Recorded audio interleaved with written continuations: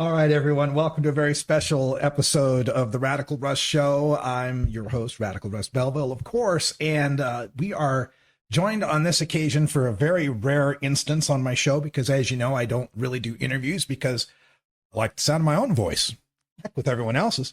But joining me today on the day of their 60th wedding anniversary. I know it was yesterday, but we're going to pretend we recorded yesterday. Yeah. The day of their 60th wedding anniversary, John and Jackie Belville, my parents, welcome to the show.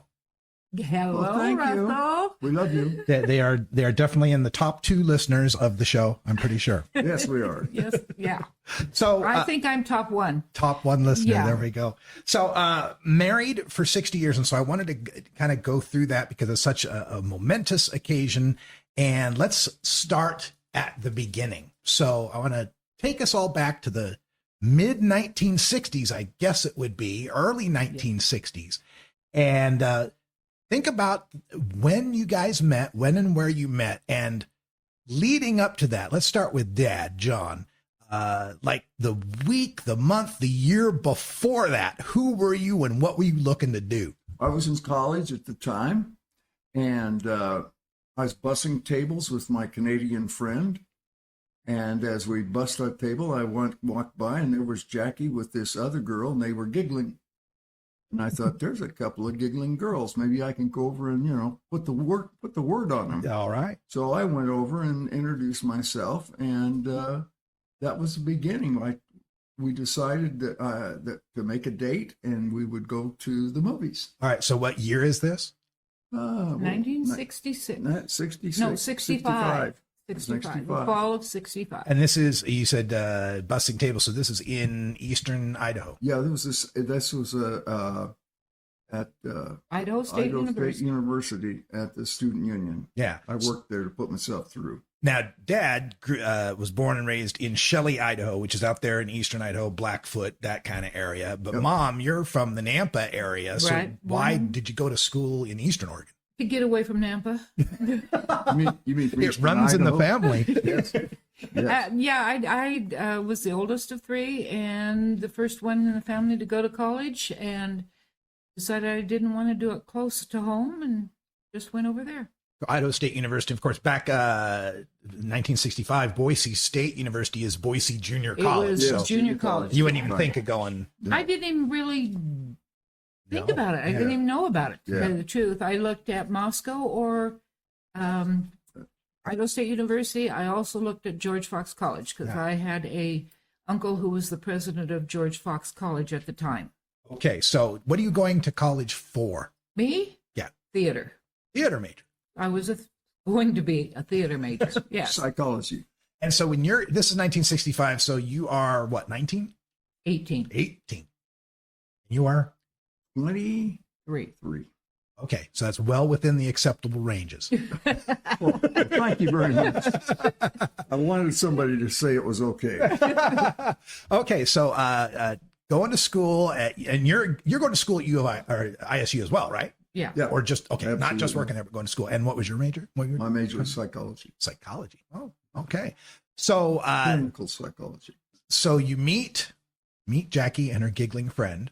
Yeah. And you set up a date. And so Yeah. this is 1965, and we're at the 60th anniversary in 66. So what, you dated a year or so? About 9 yeah. months. About 9 months. The yeah. first movie we saw was Old Yeller. Yeah. You We went to Old Yeller. Yeah. went on a date to see Old Yeller? Old Yeller. Yes, Yeah. that was where we went. Yeah.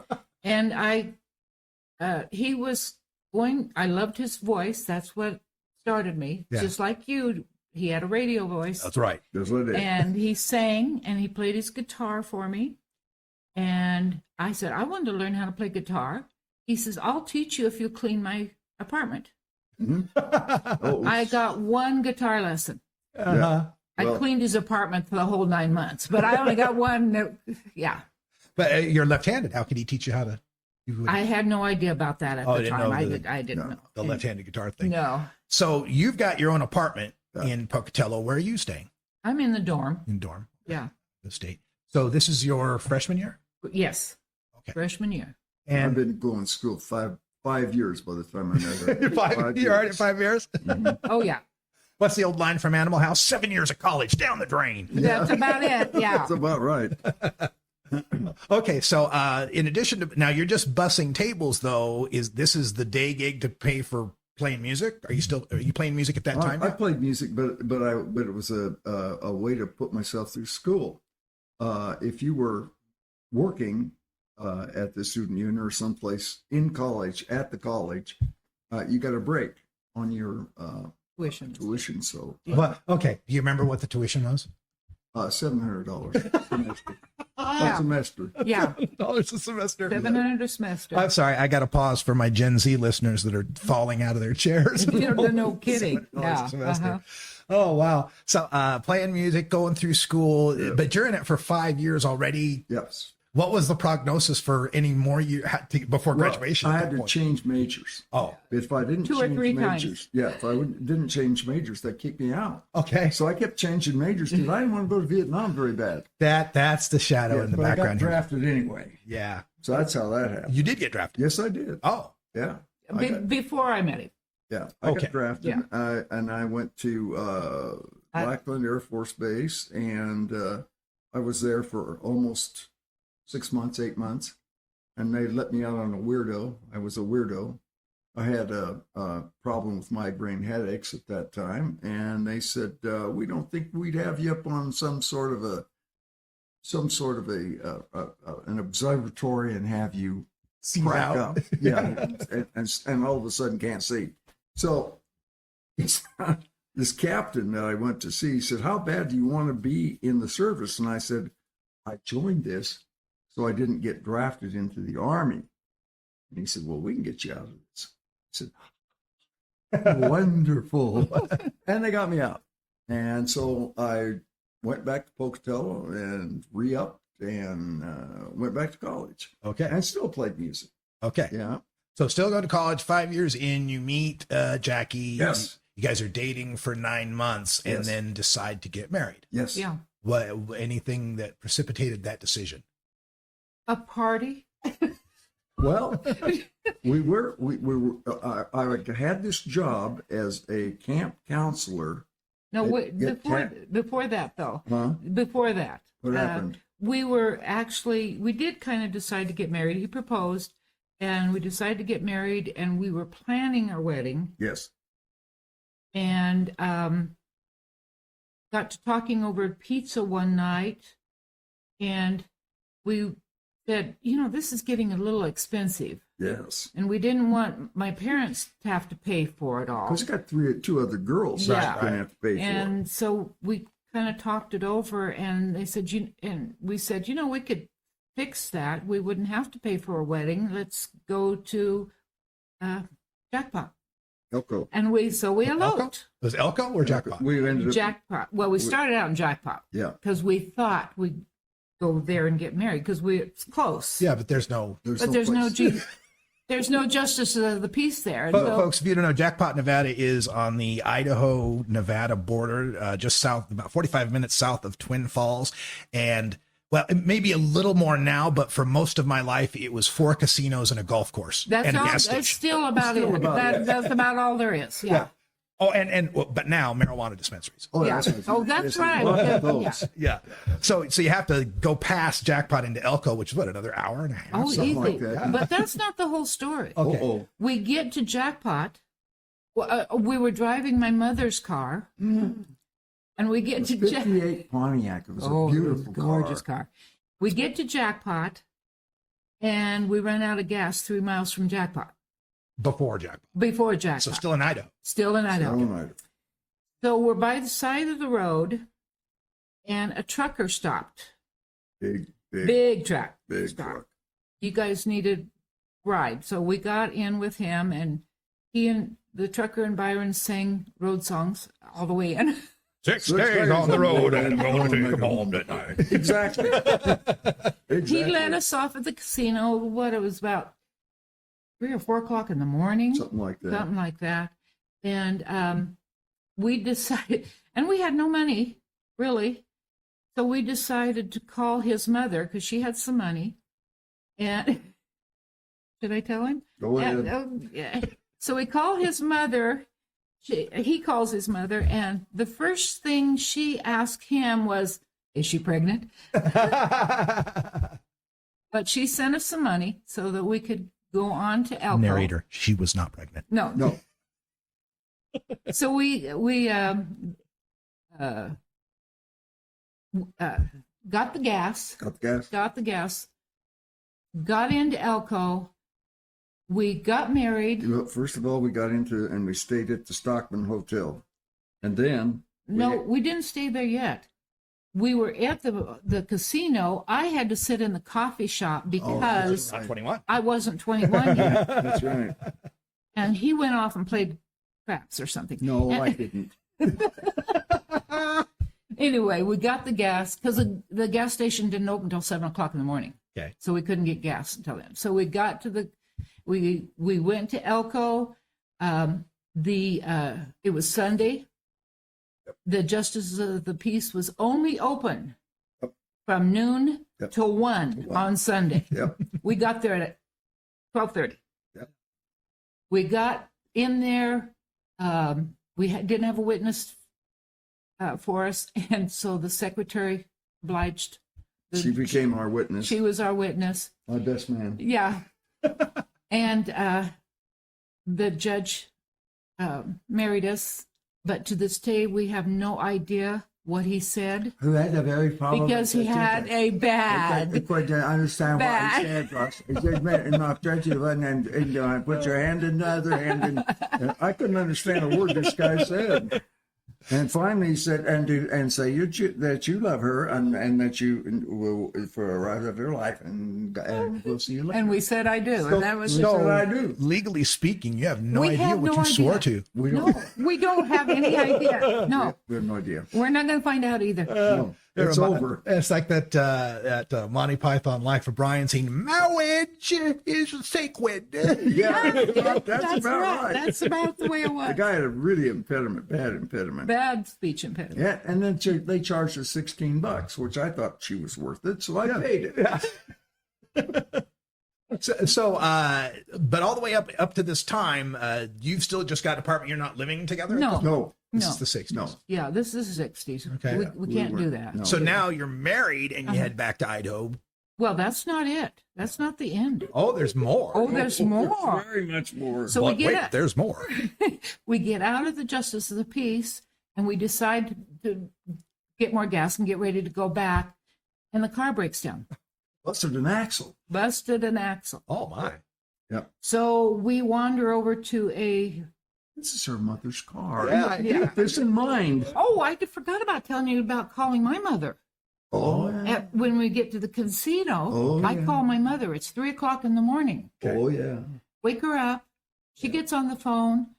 I tell her we have eloped and we're getting married. And she said, "Oh, okay, see you later." Click. That was it. My mother's rather laid back. That tracks actually. Yeah, it does. It does. And so anyway, we get out of the Justice of the Peace. A car breaks down. We find a mechanic. He takes a look at it. He says, "I can fix it, but I don't have the part. So I have to order the part, and it won't come in until Monday." Oh my God. We're stuck. So we're stuck. So we have a little bit of money left. And so we're going to get a motel room. Okay, so we go in and get a motel room. And my husband, and this is where you get it, Russ. My husband, the clerk says, we said we just got married. And the clerk says, "Oh, well, then you want separate rooms, don't you?" Ha, ha, ha. And my husband says, "If it's cheaper, I'll take it." Whatever's cheaper. What's cheapest? I'll take it. So, Wow. So we get into the room, and it's late. We have not slept. We're tired. We're wearing the same clothes we've had on for 2 days. Oh, yeah. And I said, and he had gotten under the car to see what was wrong with it anyway. His shirt was filthy, you know. I said, "I'll take a shower and I can wash our clothes off out in the shower and hang them up." He says, "Okay." So we do this. I'm in the shower. I get out of the shower. I turn around to the bed. He's sound asleep. Yeah, that's our wedding night. That was our wedding. There you go. Yep. Well, let's take a break there. And when we come back, we'll have more on the 60 years of my parents being married. Be right Wedding back. bliss.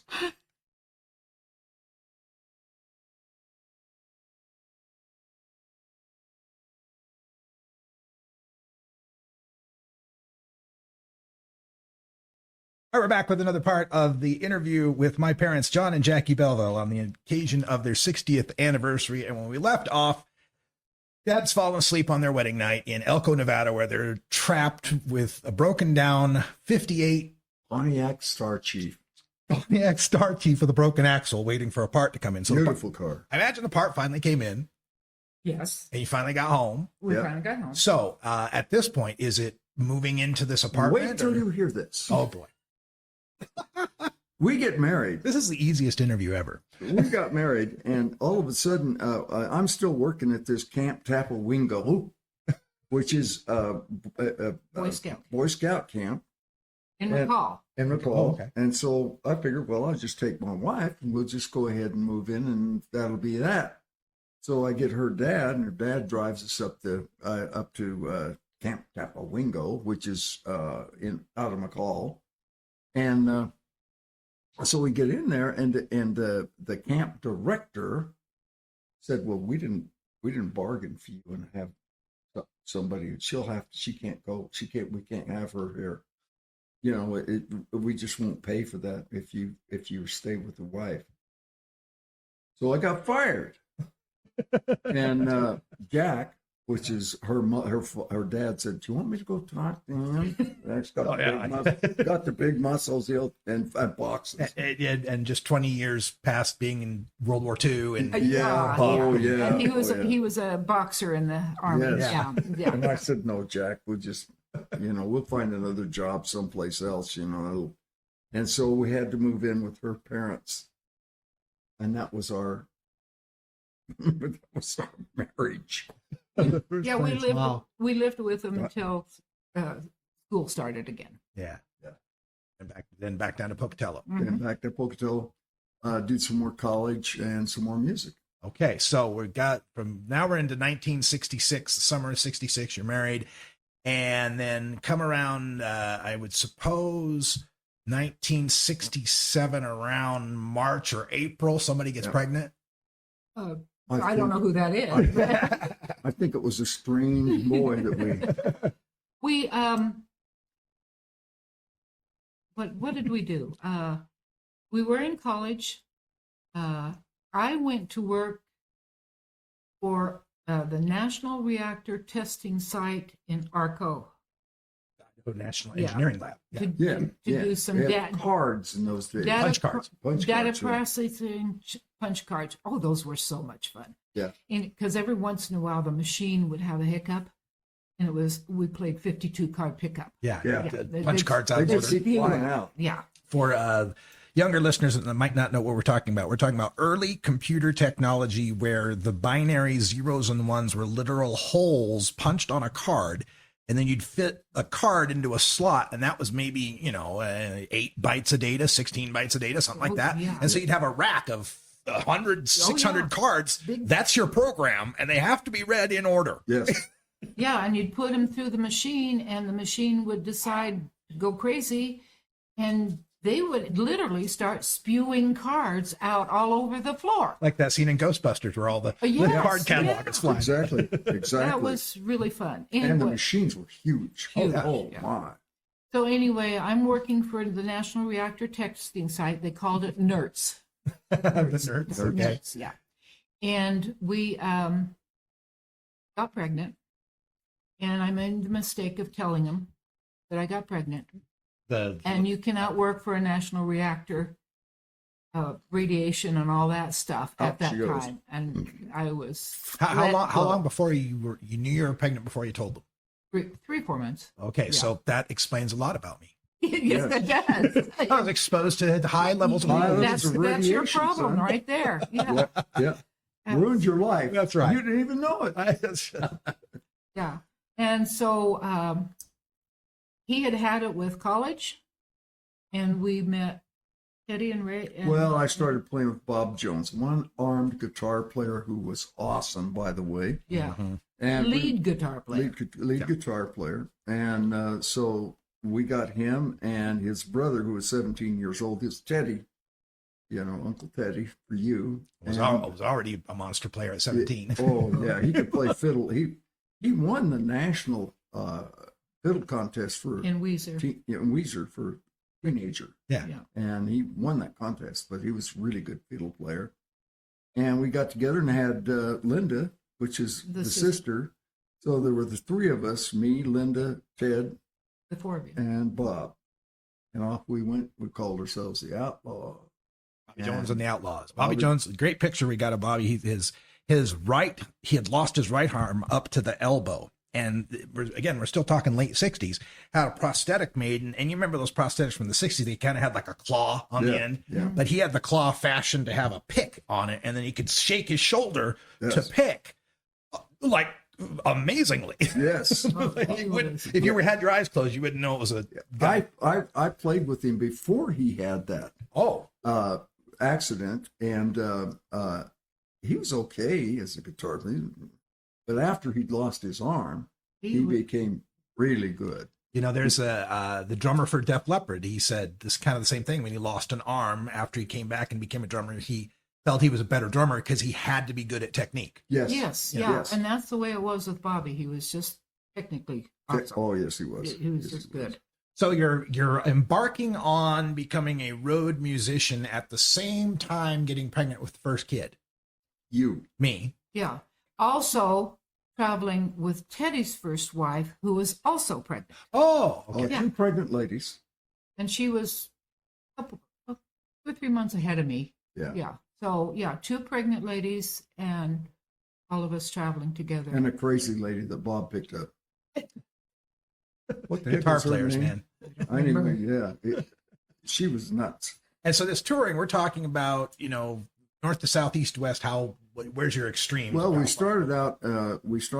Our band started out in a hotel in Pocatello, but then we were seen by a guy who was a booking agent, pretty big name booking agent, Sam Gibbs, out of Wichita Falls, Texas, and he got us booked into the Cowboy Bar in Jackson Hole. And we played the entire summer in Jackson Hole. And then we went on the road, and after that, and played North Dakota, South Dakota, Washington, California, all kinds of places. Mostly the west, northwest. Yeah, mostly west, northwest. Yeah. So this is starting from before my birth, and how long you're on the road through Matt being born? Yes. Yeah. And that's my younger brother who's born in. I have a story about you. Oh, go right ahead. Yeah, I have a story about Russ, your moderator here. He was the greatest travel baby I have ever seen. We would put him in the wheel well of our car and take off for hundreds of miles. Oh, we would go 600 miles, and with him in that wheel well, and he'd never wake up. He just slept all the way through it. I put him in front of my drums when we play, and he'd sleep in front of my bass drum. It was an amazing kid to take on the road. We loved you on the road, by the way. Good road kid. Yeah, you're a great road kid. Well, you both were really. Yeah, Matt was even pretty Matt good, was too. pretty good too. Mm-hmm. We traveled until Started school. kindergarten. I think the last one we did was West Yellowstone when you started kindergarten. Mm-hmm. Yeah. Oh, so that would have been the last one. The one where you told the teacher they weren't reading the charts correctly. Right. Yes. Yeah. I had to go see your teacher. Your teacher says he argued with me, and I asked her, was he right? Well, No, that's a different story. Oh, that's a different story. Yeah. No, No, this is the one where they were bringing out the little the charts. piece of paper charts for learning your letters. Oh, yeah. The flip charts. Yeah, charts. and And the the- C and the- is for cat and K Yeah, and whatever. and the teacher asked you to read it, and you read it, and you also read the patent pending and all copyright that info. stuff, copyright, the all other the stuff that on went the along bottom. with it. Yeah. And so the teacher called us in and said, I think he needs to move up into the first grade. Yeah. So you started school a little early. Yeah. I was the youngest member of my youngest male of my senior class. Right. Yeah. Gretchen was the youngest female. Gretchen was. Okay, so we get through about 5 years of on the road. Yeah. Is that about right? Somewhere in there. Yeah. 5 years on the road. And now you've got a toddler in myself. You've got a brand new baby in Matt, and it's time to settle down and still playing music. Go play music. And what's the future look like at that point? What Well, are you at that aiming point, for? I took off, and Sam Gibbs was, I told you about Sam Gibbs, and I called him up and asked him if there was any place I could play, that somebody would hire me, and he said, "Oh, get your butt down to Austin, Texas." Yeah. And we've got several guys that are willing to hire you as a drummer. And so I made the trip, which was, oh man, it was like 1,700 miles. And I just kept going with popping pills and drinking beer. And I made it. 6 days on I the have road. no wonder. I don't know how I made it. Anyway, I got there and he set me up with Orville Couch, who had a #1 seller at that time. It was called Hello Trouble. So I played with Orville and we traveled all over the South. We played. And you're traveling alone without? Yeah, without I'm Jackie. at home. Jackie's back at home raising kids. And I'm sending whatever money I can to her to help out. And I was only getting paid $125 a week on the road. Yeah. 6 days a night. Yeah. 6 days. Imagine that today. $20 a night? Yeah. But it was enough. Yeah. It was enough because Orville covered everything. Your uniforms, your meals, the motel room, everything, and paid you $125 a week. On top, yeah. Yeah, so it wasn't that bad. And I would send her whatever I could because there was still stuff you had to buy. And I stayed on the road with Orville for quite some time. Yeah. Back and forth all the time. Yeah, and whenever I got close to wherever you guys were, I would make the trip.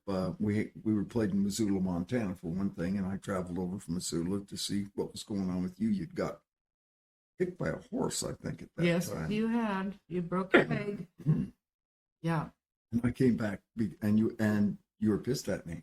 You wouldn't look at me. Oh, yeah? Yeah, I wasn't there to help you. You were really angry at me and wouldn't talk or nothing. Oh. Wouldn't hug me or nothing. And I thought, what the hell am I doing here? I'll just go back and play music, So anyway, that was that story. And I stayed on the road for quite some time. Yeah. Played some pretty nice gigs with some pretty nice people. Like Dolly Parton, she was one of them. Yeah. And some other big names too, Johnny Cash and a few other big names. Yeah. And it was a rough life. Yeah, it was. But neither of us knew any better. Oh. And I had very supportive parents. Yes. Yeah. So they helped us out a lot. Yes, I stayed sure with did. them some. I always do kind of marvel, knowing grandma and grandpa and trying to think of you coming back from college with some rock musician type. Yeah. Yeah. Because you knew my dad. Yeah. He was Army vet, World War II, strong, silent. Well, we called him a John Wayne type, you know. And to have a son-in-law who was a musician, and grandpa liked both kind of music, country and western. he did. He did. And so, it was a little tough on my dad. Not your mother. He liked him, but he didn't know how to talk to him. Yeah, but your mother. My mother, Oh yeah. and my husband bonded like you cannot believe. Oh, yeah. They were best friends from the get-go. Yeah. So that was We kind of loved cool. each other. Yeah, That's great. that was really neat. I still miss her. She Yeah. died, and Yeah. I still miss her. Yeah. So we talked about how at your wedding you had vows that you had no idea what they were. No. No, I Exactly. had no idea. I couldn't. But the traditional vows are about being for richer, for poorer, in sickness and in health. So let me ask you, what was the richest you were in your 60 years of marriage? Okay, my dad died and left money for me. I had $95,000 at one time, and that was in the 60s, which would have been about, Josh looked it up for it, and it would have been about $1 million today in today's money. That's the richest I've ever been.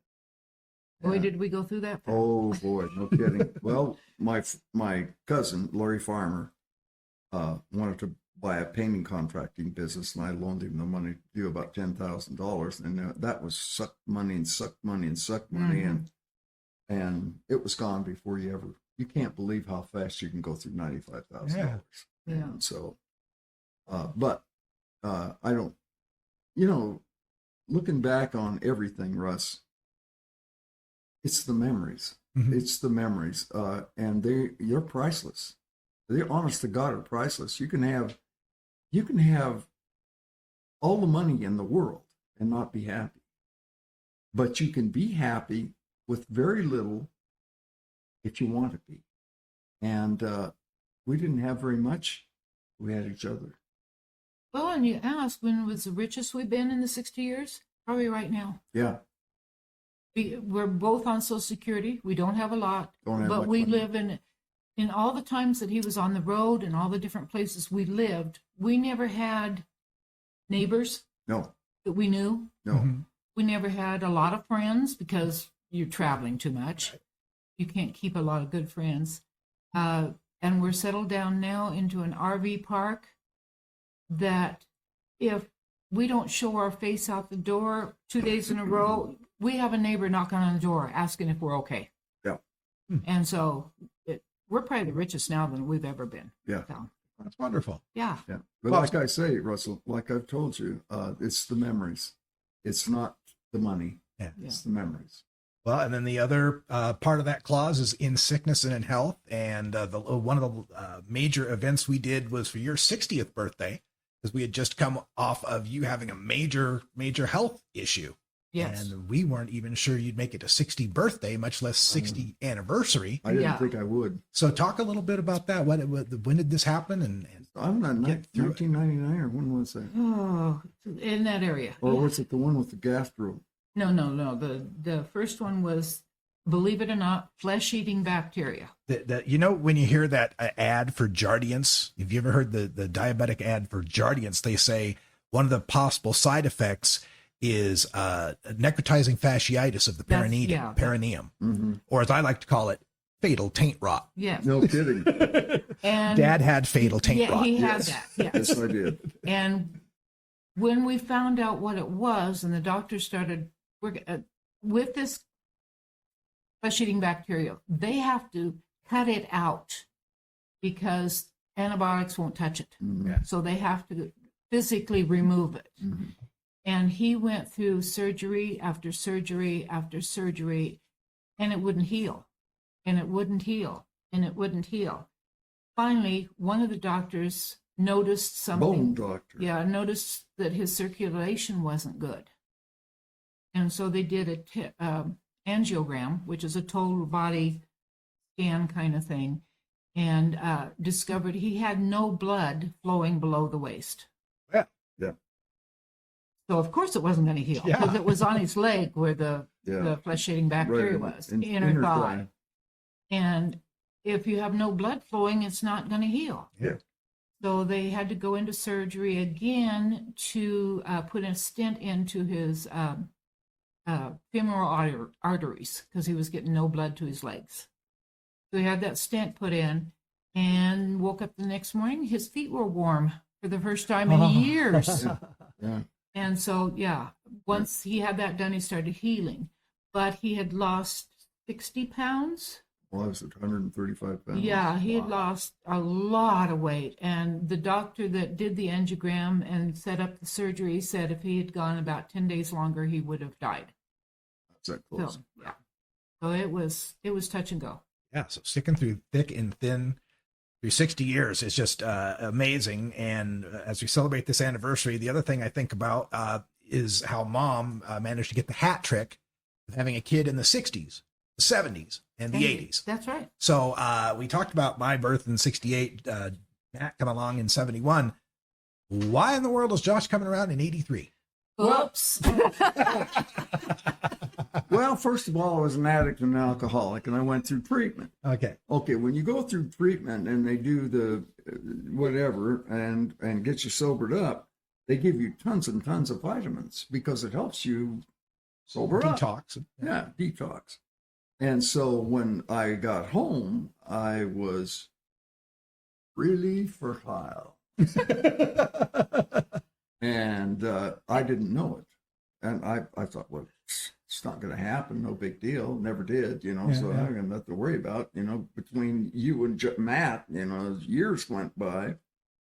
12. That wasn't 12 years. Yeah. That wasn't exactly how it happened. Yeah. And Josh came along. And that was 83. yeah. And Nineteen- we actually thought about going through an abortion with him, and we decided we wouldn't. We were getting old. We were getting old by then. Well, and the other problem too was that when Matt was born, the doctors did not know that we had a blood Because you're 36 at this point? 35. 35, yeah. Mhm. When Matt was born, apparently my blood had been tested, but they had given me the wrong classification. Yep. I'm an O negative. They had tested me and said I was O positive. Oh. Well, the blood disorder that happens is if the man is positive and the woman Which I is was. negative, which we were, you can have a blood disorder come up because if my blood fights his blood, Gotcha. kind of thing. And we did not know that after you were born because it doesn't affect the firstborn. Right. It affects the Next subsequent ones. births.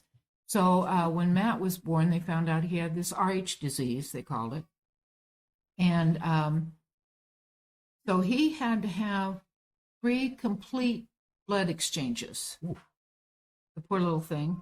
They left the umbilical cord still moist. They didn't let it dry out. And they would take a teaspoon at a time of blood out of him and then replace a teaspoon at a time in him. Oh, my. And they had to do that 3 times before they got him completely cleaned out. Yeah. But luckily, he was full term and healthy, and so he turned out fine. And Joshua, we just put him under lights. Well, yeah, and when we found out we were pregnant with Joshua, we didn't know what we were going to Yeah, we worried about because abortion came up at that time. because he'd have the same problem Yeah. because there was no way to prevent it Right. at that time. And but when he was born, I was under care of a specialist who took care of this kind of thing. And so I got to have 9 sonograms, one every month. One every month, and 7 amniocentesis done. And I don't know if you know what an amniocentesis does. Sounds fun. They take a needle about this long Yeah. and they stick it into Your belly. And your baby. into the baby sac, Yeah.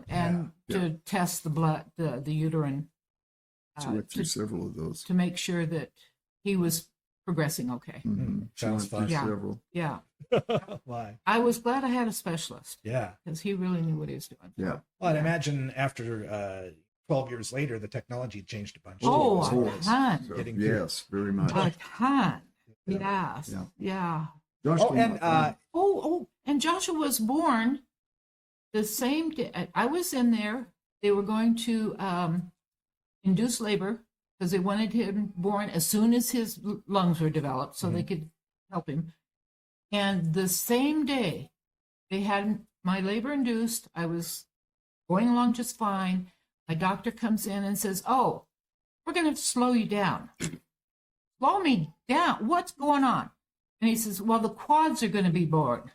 He was also the doctor for a lady who was having quadruplets. Okay. And they had to be born that day. And so Josh got bumped for quads. Josh got bumped for quads. Yeah. That's what's wrong with him. always picks 5th. Yeah. It's just a wonderful time that we're having here for the 60th anniversary of my parents, John and Jackie. And for anyone out there who's new to being married, getting into their first relationship, what is the secret staying together for There 60 is years. no secret. Not really. No, there's no secret. Not really. It's People just, always say, "What's the just love secret?" each other. It That's is, the only secret, isn't it? yeah. Part of it, well, one of my favorite things to say is, "Don't sweat the small stuff," And that's all. and it's all stuff. small stuff. Yeah. Quit worrying about piddling things. Yeah. It's not important. I think it's just loving each other Yeah. and telling each other that you love them every single day of your life. And I heard one, I think it was from Lori, Yes. your lady love, that said, you just wake up every morning expecting to love the person. Yeah. You have to make up your mind what you're going to do, That's right. and expect every day to be a new day with that person. You know, Marriage is not an option. Once you get married, it's not an option anymore. you just keep working on it. But a lot of people take it that way. So, well, if it doesn't work out, we can always get a divorce. Bullshit. You can't just always get a divorce. That's just ridiculous. If you make a commitment, then you need to stick by the commitment you make. And we made a commitment. Yeah, yeah, And when we made it, both of us felt the same way. yeah. This is going to last, no matter what. And we went through some tough times for us. Oh, yeah. I will make a caveat on that. Uh-oh, one look is out. just the listeners out there, as all this is true. However, if you're in an abusive situation, Mhm. get out. Yeah. Yeah. Don't stand for that kind of No. stuff. That No. that doesn't fly. And that's something we never had a problem with. No, never. Fantastic. Well, I'm going to leave it at that. Happy anniversary, Mom and Dad. And Thank you. Thank you. Thank you for being on the show. We love you. Love you too. Love you.